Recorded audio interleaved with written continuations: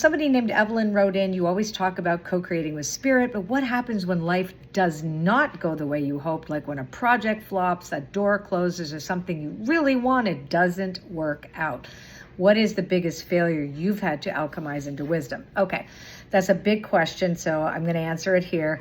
So that is the most common thing. When you get on the manifesting journey, a lot of people think it doesn't work because they don't get to where they want to go in the short term. Like you end up on a detour.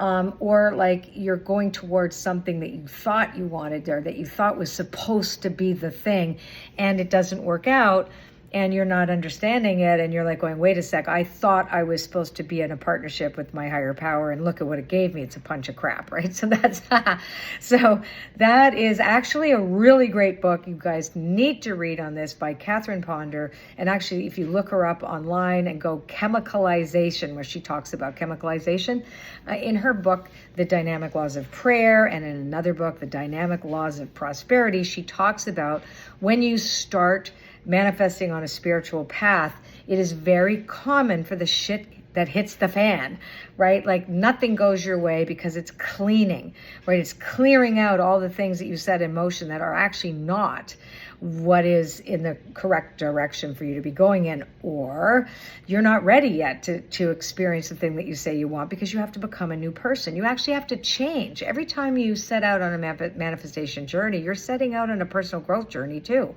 So perhaps that detour that didn't work out happened because you had to learn something so that you were ready for the next opportunity that comes right after.